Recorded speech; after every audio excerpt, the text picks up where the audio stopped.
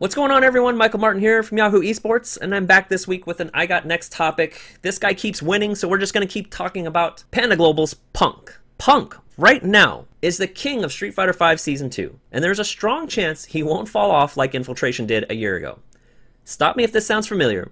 Street Fighter V player wins 3 events in a row, including 2 Capcom Pro Tour Premier events. He's assured a spot in Capcom Cup at the end of the year, and he's far and away the most dominant player we've seen in a long time. Last year, that was Infiltration. He won Final Round and NorCal Regionals in the span of a week, and he also added Red Bull Kumite to his championship trophy case. By the time he won EVO 2016, he'd also taken second place at CEO 2016, and most of us probably had him penciled in as the Capcom Cup 2016 champion, with a wildly entertaining and unpredictable Nash. Punk, however, won West Coast Warzone and NorCal Regionals and DreamHack Austin all in succession, and at the rate he's going, I don't know, could probably win everything else from here to EVO 2017 and beyond. So how come I don't expect Punk to fade like Infiltration did?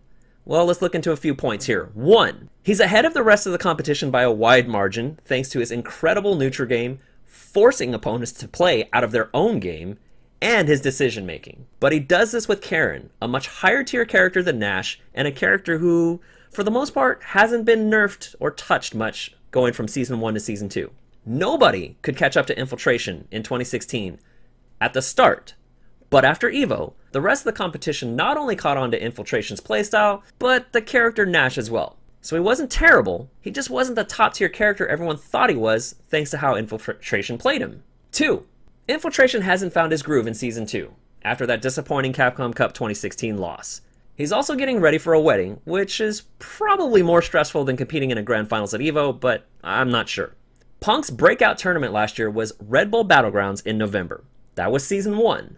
But he hit his stride in Season 2. He experienced some early success and quickly recovered from heartbreaking finals loss at South by Southwest Fighters Underground after going 7-0 during group play, but 0-2 in finals. You could tell how disappointed he was with his performance there. But since then, he's only gotten himself into the E-League finals and won 3 straight CPT events. This guy has matured in front of our very eyes, like very few players I've ever seen in such a short time.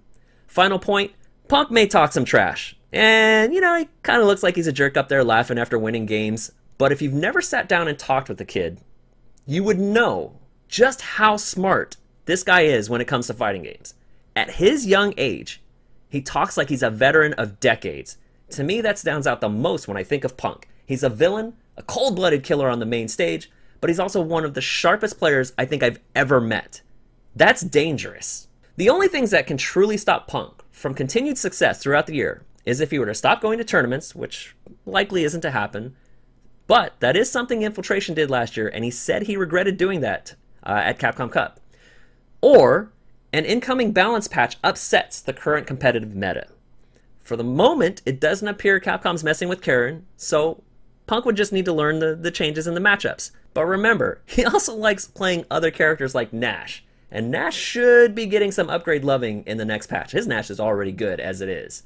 Either way, Punk is in a great position to adapt and continue dominating the competition in 2017.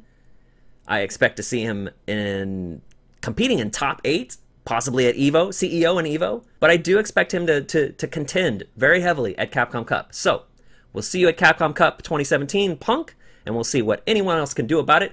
But let me ask you, what do you think? Can Punk maintain this dominance throughout 2017?